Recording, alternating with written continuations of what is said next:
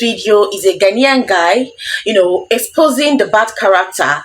And he was actually seen exposing and explaining the bad character of Nigerians living in South Africa. He's actually saying the reason why South Africans are not in good relationship with Nigerians, what Nigerians does in South Africa that is causing them crisis, causing them to have issues with South Africans in South Africa. You guys, this Ghanaian guy opened a lot of secrets, like he exposed a lot about Nigerians, and I want you guys to watch this video with me, okay? So if you're seeing me for the first time, I'm simply Lilian. Please like this video, subscribe, and share. Let's check out this video together, okay? Guys, I think I would like to discuss something here on this platform, and it's about foreign nationals in South Africa, right? I'm gonna make it real quick. Listen to me very carefully, everything that I'm going to say. South Africans are angry, and they are saying all foreign nationals to go back home. And that's the news. I mean, that's what is going on now. It's like they are having some hates in them, and they are saying we should all go home. I'm from Ghana, actually. Okay, listen, the question is, are they wrong? Is it xenophobia or whatever you guys call it? Is it, or are they wrong? Check here. Now, this is my check. They are not wrong. Not at all. I know for the people, I mean, the other people that are outside the country, you don't actually know what is going on here in South Africa that much. You understand? And it's not everything that you see on the TV as well. Me, I'm here in South Africa. So I want to tell you this. The way some of the foreign nationals handle things here in South Africa, it's sick, it's crazy, and it's stupid. I don't know if they are not educated or their homes are in deep down the valley or something. I don't know. The way they talk to people, you will find out there's a foreign national talking to a citizen and the chest is out aggressively. And you know the people I'm talking about. Listen here, most especially Nigerians, when they are talking to someone on the street, when there is a little bit of misunderstanding, the way they talk, you see, all those things, guys, you are making enemies for all of us. You are making enemies for the doctors that are foreigners. You see, they said we are taking their jobs. It's not only their jobs they're talking about. Let me tell you very deep. It's not their jobs. You understand? But it's the things that you do to the community, the things that you do to their people, their kids, their children. Check here. I saw on the news, I mean, a few days or weeks back, whereby an Ethiopian guy shot and killed a 21-year-old citizen who was a who was a South African citizen. He was shot 2 times and the boy died, right? Like, this thing is so annoying to the extent that I don't understand. An Ethiopian guy, you came to the country to seek for food or whatever it is, even if it's water, and you are here and you still have the right to get yourself a gun to shoot a citizen. Are you stupid here? Are you stupid?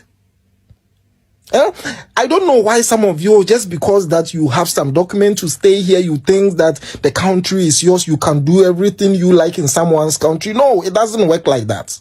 It doesn't work like that. Forget about your dirty works that you are doing in darkness or whatever it is. I'm not talking about that. I'm talking about how you handle the human, what you do in the community, the way you talk to people, the silly threats that you made all the time. Those things are going to affect all of us. They are going to affect the students that are here in South Africa to study. The good people. It's going to affect all of them. Because you are not wise here. You are stupid. You're so stupid. You have to find a way to talk to people, find a way to do things. You go to clinic for free. You go to hospital for free. All these things, and you still disrespecting citizens over here. You still sitting there saying, no, they are stupid, they are lazy. Who is lazy? It's your mother that is lazy.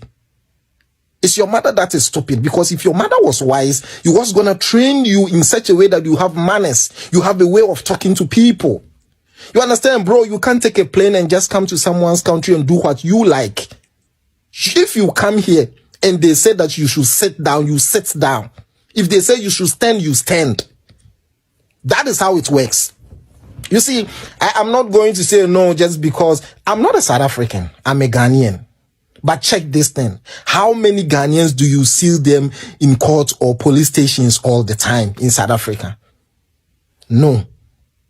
You understand? Sometimes, you know, there was a time whereby there were these South African citizens taking a bread in a truck delivering, right? And they got robbed by Zimbabweans. That was what the cop told us all. I mean, they got robbed and they were shot dead. They were like, I think 3 people in the truck being shot and died somewhere in Cape Town or whatever it is. Bro, you see, this thing is annoying. Even you in your country, if I come to your country and I'm doing silly things there to fellow people, you won't like it. Me especially, if I'm in Ghana and you come to Ghana to work, I don't have a problem with you.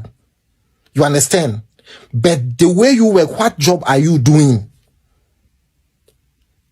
And how do you talk to people on the streets? How do you amend with the community, the people in the community? How do you do things there? That is the point. Now they said we should go home. We all have to go. They are tired. They are sick and tired of us. They are sick and tired. And you know what? Someone said, no, they hate us. How did they hate us? It was us, we, the black people, the black foreign nations. We are the reason why they are like this now. We are the reason why they are not happy. We are the reason why they are angry. We are the reason why they said we should go back. Why? Because of our stupidity, our way of handling things, our way of talking.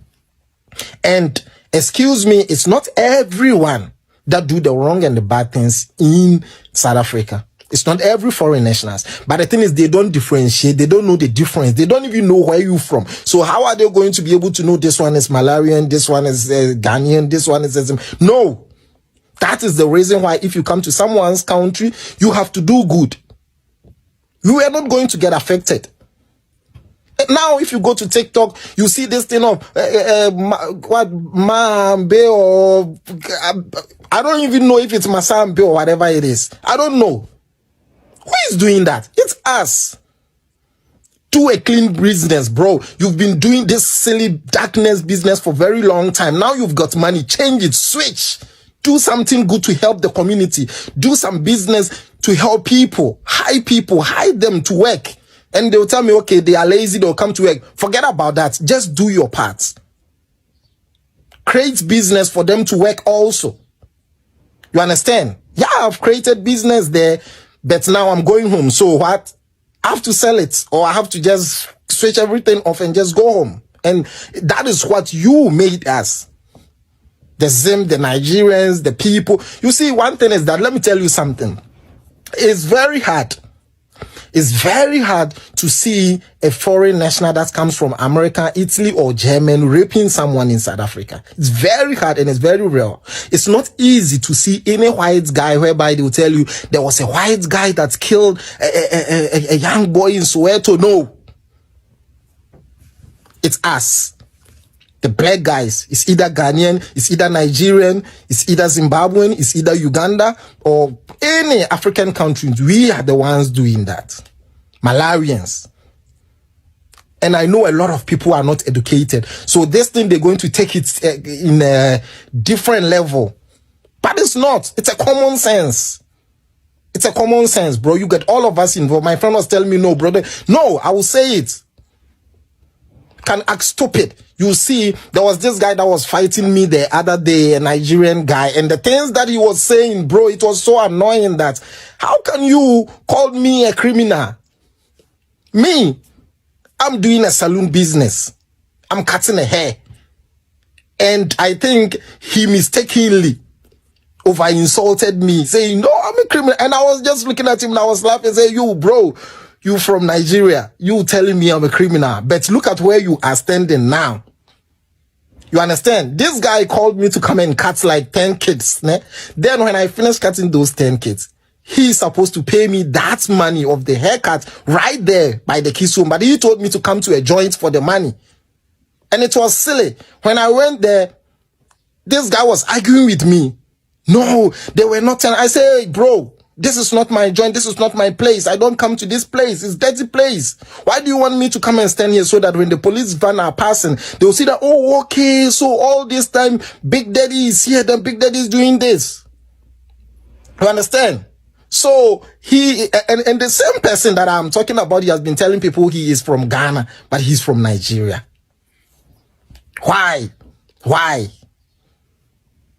You see, they are all sellouts, bro. They are all sellouts. They're the reasons why people don't like us. They are the reasons why South Africans are tired of us, because the things that they do in the country, bro, it's hurting. It's hurting. Even you, if you were a South African citizen and you were here and someone is doing that to your sister or your brother, you're going to be angry. You understand? You're going to hate all of them, all of the foreign nationals, because that thing, it's going to be here. I don't know wherever you're from watching this, but check this. In your country, if there are some foreign nationals there that are killing people, that are raping women, you understand, child trafficking and all those things, what are you going to say?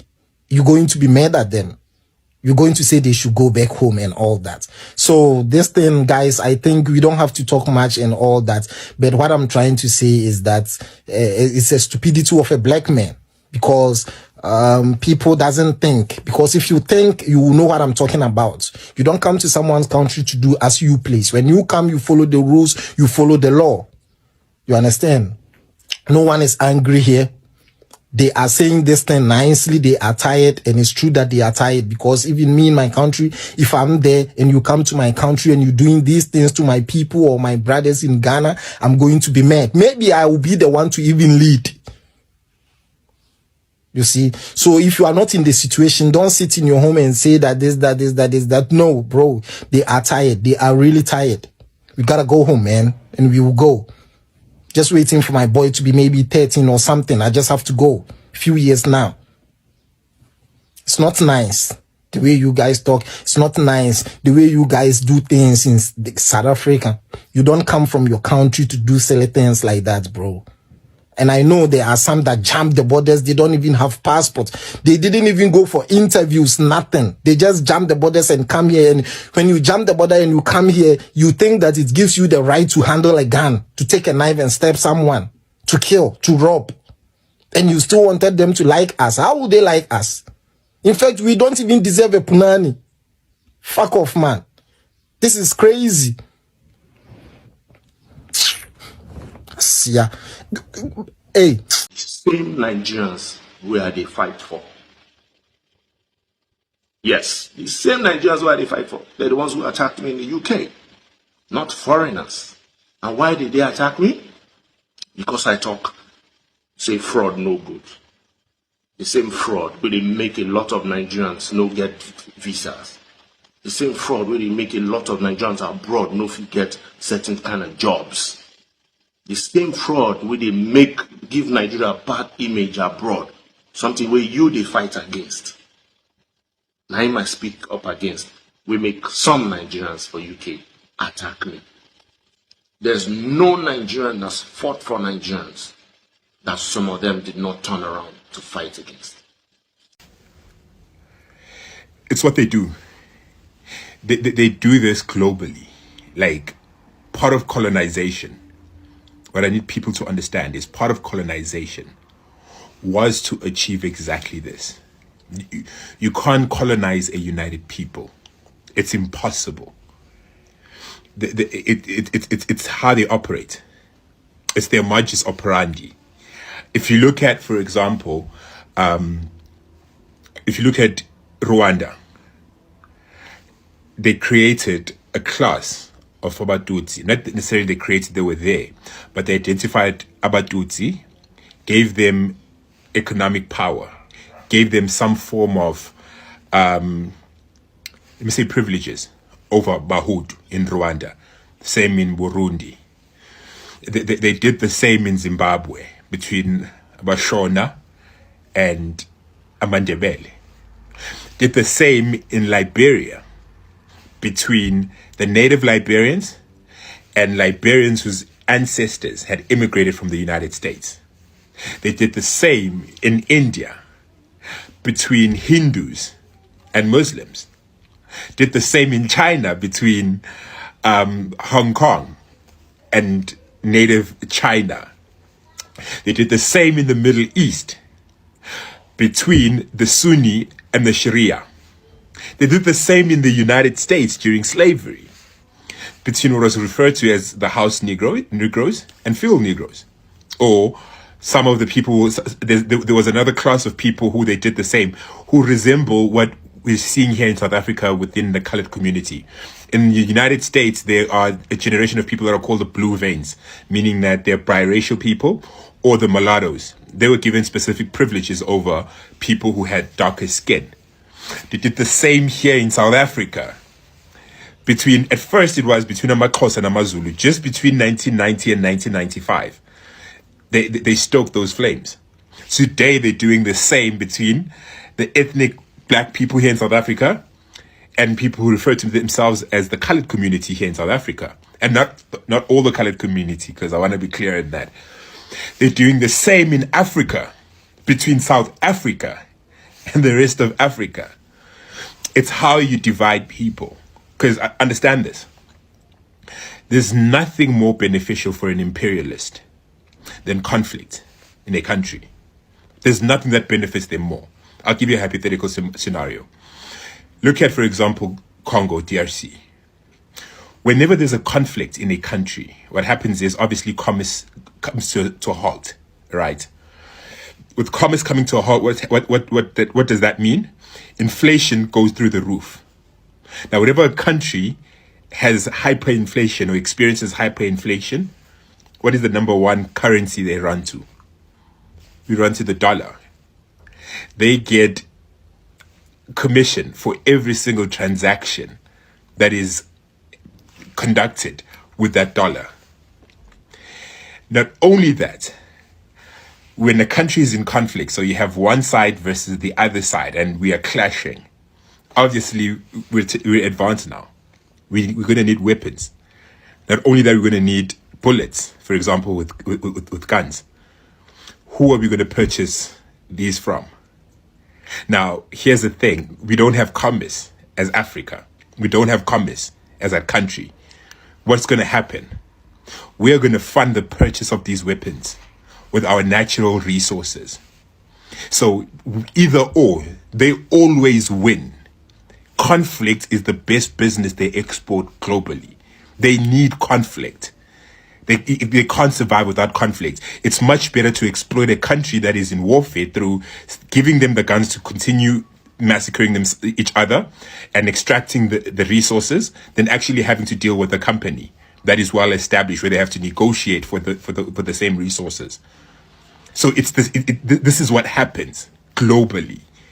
Nigeria is not unique. And I don't know the dynamic of Nigeria. I'm not saying Igbos are this. I'm just saying this is the modus operandi. This is how they operate. And if you look at them from a historical perspective, this is what they do with wherever they've lived. They leave a trail of bloodshed on purpose.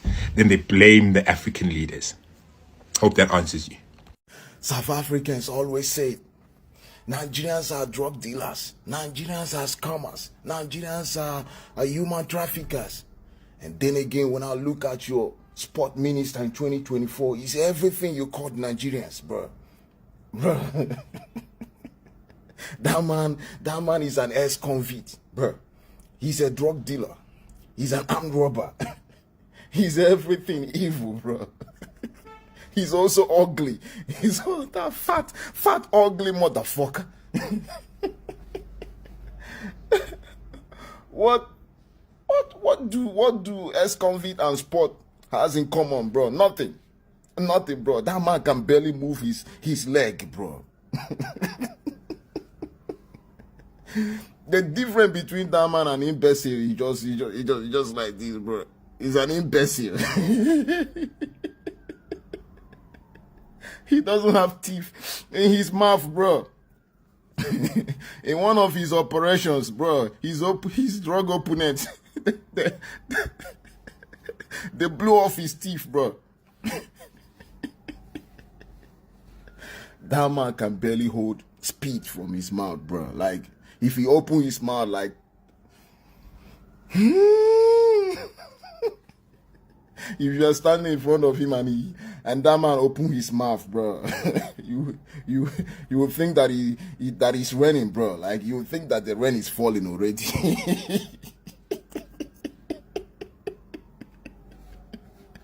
I want you guys to send this video to your criminal South African sport minister. What does that man know about sport, bro?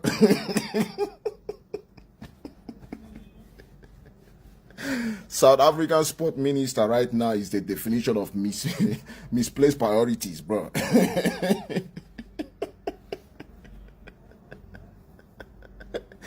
That man should be working in in the restaurants, bro. No. Before he will put spit inside the food, bro. He should be working in as a terrorist. That's supposed to be his job, bro. Not sports, bro.